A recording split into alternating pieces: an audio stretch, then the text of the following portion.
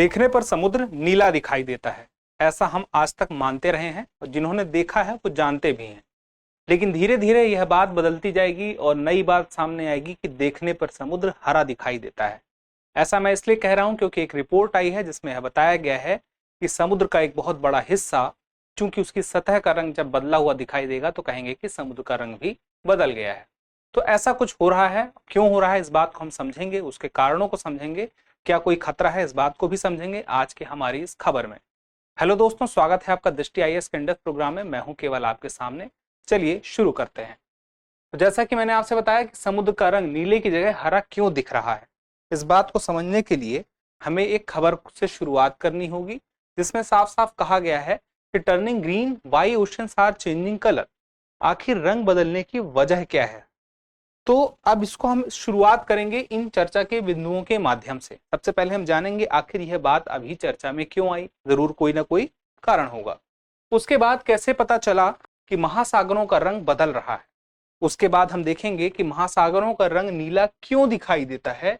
उसके पीछे जरूर कोई वजह है कि हमें नीला क्यों दिखाई देता है, क्योंकि अमूमन यही कहा जाता है कि पानी का कोई रंग नहीं होता है। तो हरा दिखने का फिर अब क्या कारण हो रहा है उसको समझेंगे। फाइटोप्लैंक्टन एक शब्द आपके सामने दिखाई दे रहा होगा, यह बड़ा रीजन है। इसको समझते हुए जानने का प्रयास करेंगे क्या यह खतरनाक है, और अंत में एक अभ्यास प्रश्न। तो चलिए सबसे पहले हम देखते हैं चर्चा में क्यों है। दरअसल चर्चा में रहने की वजह है नेचर पत्रिका में प्रकाशित एक रिपोर्ट। नेचर पत्रिका क्या है?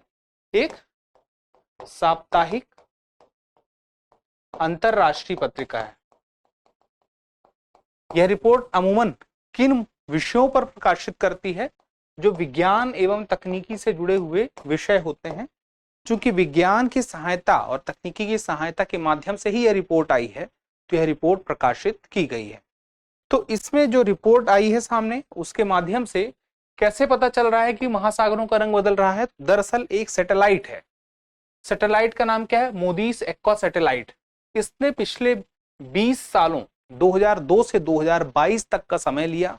20 साल इस सैटेलाइट ने अध्ययन किया महासागरों का अलग अलग जगह पर पूरी पृथ्वी में, और यह पाया कि जो महासागर है उसका रंग हमें नीले की जगह हरा दिखाई दे रहा है। तो नीला रंग तो प्रकाश के प्रकीर्णन के कारण दिखाई देता है, हरा कैसे दिखाई दे रहा है? दरअसल वहां पर एक खास किस्म के सूक्ष्म जो है वनस्पति हैं जो सतह पर मौजूद हैं, क्योंकि सतह पर ही सूर्य का प्रकाश रहता है। सूर्य की प्रकाश की सहायता से ही उनका अस्तित्व बना हुआ है और उनकी मात्रा बढ़ती जा रही है। एक तरह से कहें तो संख्या बढ़ती जा रही है, और मुख्य रूप से कहां बढ़ रही है? तो पूरी धरती पर भूमध्य रेखा से उत्तर की तरफ भी दक्षिण की तरफ भी उष्ण कटिबंधीय महासागरीय क्षेत्र जो है, यहां पर काफी मात्रा में ऐसा देखने को मिलता है। यहां पर यह हरा रंग ज्यादा देखने को मिला है। जो कर्क रेखा है और जो मकर रेखा है, इसके बीच में 23.5 डिग्री कर्क रेखा, 23.5 डिग्री दक्षिण में मकर रेखा, इनके बीच का जो महासागरीय क्षेत्र है यहां पर ज्यादा। वैसे तो ओवरऑल पूरी पृथ्वी में लगभग आधे समुद्र के आसपास का हिस्सा हरा दिखाई देने लग गया है इनकी बढ़ती हुई संख्या के कारण। तो अब बात आती है कि महासागर का रंग नीला क्यों दिखाई देता है। पहले हम ये समझ लेते हैं। तो देखिए, जो लंबी तरंग दैर्ध्य वाली रोशनी होती है और जो छोटी तरंग दैर्ध्य वाली रोशनी होती है, उसमें से लंबी तरंग दैर्ध्य वाली रोशनी का अवशोषण हो जाता है पानी में। पानी में अवशोषण होगा तो किसका होगा? लंबी या छोटी? लंबी वाली का होगा, यानी कि लाल, नारंगी और पीली, इन रोशनी का अवशोषण हो जाता है। अब जो है छोटी तरंग दैर्ध्य वाला प्रकाश जो है, जैसे कि नीला, इसका अवशोषण नहीं होता है बल्कि इसका प्रकीर्णन होता है। क्या होता है? प्रकीर्णन, स्कैटरिंग। इसका मतलब क्या हुआ? जो पानी में सूक्ष्म कण वगैरह होते हैं, इनकी वजह से इतना प्रकीर्णन हो जाता है, इतनी स्कैटरिंग हो जाती है कि पानी हमें नीला दिखाई देता है। और यह जो तरंग दैर्ध्य एक शब्द आया है, इसको हम समझ लेते हैं आखिर यह तरंग दैर्ध्य है क्या। तरंग दैर्ध्य को देखिए, एक वेव है, मान लीजिए ऐसे, ये आपको सामने दिख रही है, ये वेव है।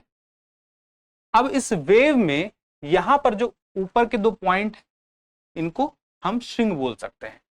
अब इनको मिलाने पर जितनी दूरी है वह कहलाएगी वेवलेंथ। इसी तरह से हर दो श्रृंग की दूरी एक जैसे ही दिखेगी। यहां से यहां तक की दूरी आगे भी जाएंगे तो भी ऐसे ही दिखेगी, और ये गर्त है, यही ऐसा यहां पे भी देखने को मिलेगा। तो वेवलेंथ जो है आपको मैंने साफ साफ बताया ज्यादा कहाँ पे देखने को मिलती है, तो यहाँ पे लाल नारंगी, और छोटी तरंग दैर्घ्य किसकी है, नीले रंग की है। इसी वजह से इसका प्रकीर्णन काफी ज्यादा होता है और बाकियों का अवशोषण हो जाता है। तो आपसे यह बात पता रहना चाहिए कि नीला रंग क्यों दिखाई देता है। आसमान में भी ऐसा ही होता है।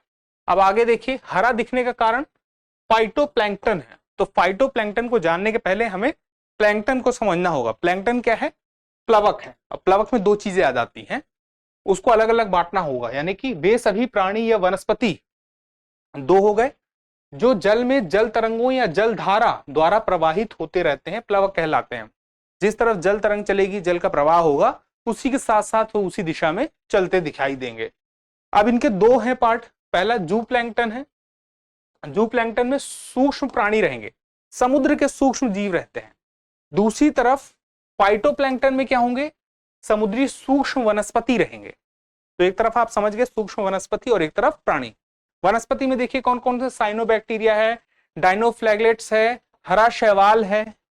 आपने जैसे काई वगैरह देखा होगा, नदी तालाब में भी देखा हो, हरे रंग का एक सतह पर आपको दिखाई देता है शैवाल जैसा।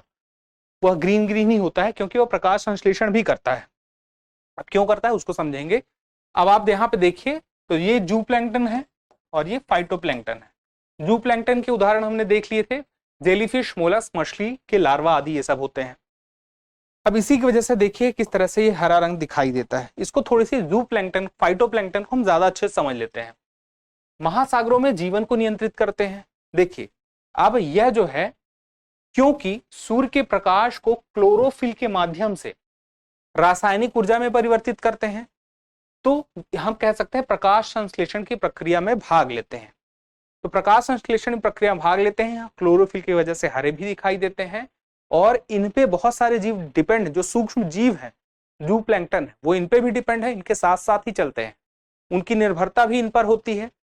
इस प्रकार से जो छोटी छोटी मछलियां हैं वो सब इनके सहारे अपना जीवन चलाती हैं, इनके माध्यम से अपना पोषण प्राप्त करती हैं। इसी तरह से फिर बड़ी मछलियां उन मछलियों का शिकार करती हैं, इसी तरह से चीजें चलती रहती हैं। तो अपने आप में पूरा फूड वेब हमें दिखाई देगा। अब इसमें हमें दिखाई देता है कार्बन डाइऑक्साइड का ग्रहण। ये जो होता है फाइटोप्लैंक्टन, ये कार्बन डाइऑक्साइड का ग्रहण करता है। मानव की वजह से जो ग्रीन हाउस उत्सर्जन हो रहा है, ग्रीन हाउस गैसों का, उसमें कार्बन डाइऑक्साइड का अच्छा खासा ग्रहण इनके माध्यम से होता है। जितना जलवायु उपलब्ध है उसमें एक बहुत बड़ी मात्रा इनके पास है। उसके बाद ऑक्सीजन का भी उत्सर्जन इनके द्वारा, मतलब दुनिया भर में जितना ऑक्सीजन का उत्सर्जन हो रहा है उसमें कह सकते हैं लगभग आधे के या आधे से ज्यादा हम कह सकते हैं उत्सर्जन कहां से हो रहा है, फाइटोप्लैंक्टन के माध्यम से हो रहा है। क्योंकि आप समझ सकते हैं समुद्र का क्षेत्र बड़ा है धरती के क्षेत्र से, तो पेड़ पौधों से की तुलना में इनका योगदान देखें तो अपने आप में बहुत ज्यादा हमें दिखाई देता है। कुछ फाइटोप्लैंक्टन अन्य जीवों के उपभोग से भी अतिरिक्त ऊर्जा प्राप्त करते हैं।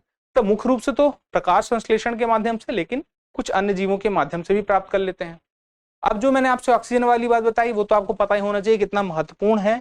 उसके बाद ग्रीन हाउस गैसों का अवशोषण और खाद्य श्रृंखला की बात मैंने जो कही, किस प्रकार से आपस में कितनी श्रृंखलाएं एक दूसरे पर यहाँ पर निर्भर हमें दिखाई देती हैं।